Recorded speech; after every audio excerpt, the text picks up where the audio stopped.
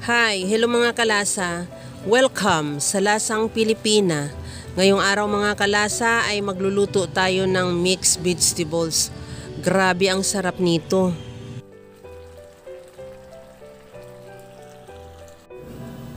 Igisa muna natin yung hipon na isasahog natin. Maglagay ng mantika sa kawali at ibigisa na yung bawang. Habang ginagawa natin yan mga kalasa, kung bago ka pa lang sa aking channel, welcome. At huwag kalimutan mag-subscribe at i-click ang bell button para sa mga notification. At kung dati ka pa, welcome back at i-follow mo na rin ako sa aking Facebook page Lasang Pilipina. Nilagay ko na rin yung hipon at timplahan natin ng paminta at asin. Ihalo hanggang sa maluto o magkulay orange. Tanggalin sa kawali at ilagay sa bowl at isit aside muna.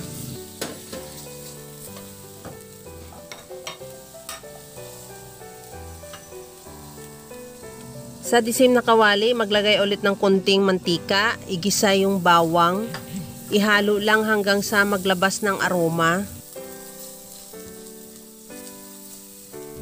Ilagay ko na rin yung sibuyas. Ihalo lang din hanggang sa mag-translucent.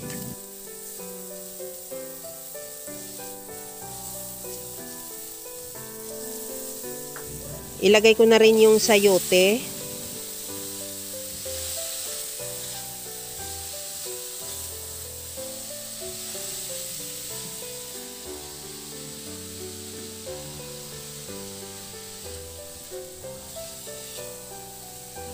Maglagay din ako ng carrots.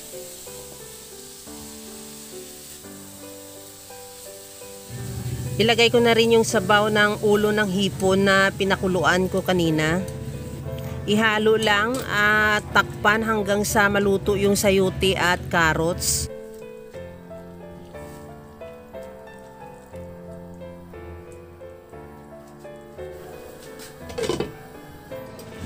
Pagkaluto, ilagay na yung sitaw, mushroom, mais, at bell pepper.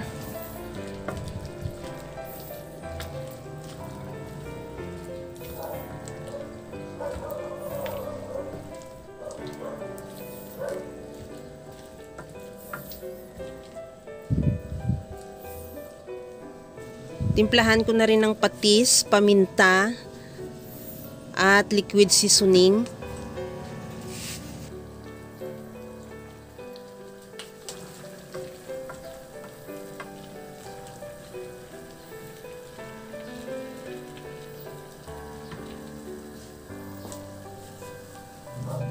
Ilagay ko na rin yung hipon.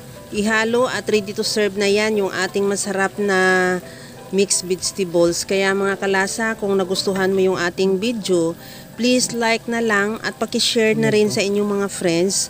At kung bago ka pa lang sa aking channel, subscribe na at i-click mo na rin ang bell button para sa mga notification. Okay na tong mga kalasa yung ating mixed vegetables, ready to serve na napakadali niya lang lutuin at simpleng-simple lang pero napakasarap din naman. Kaya alam ko kayang-kaya mo rin tong gawin.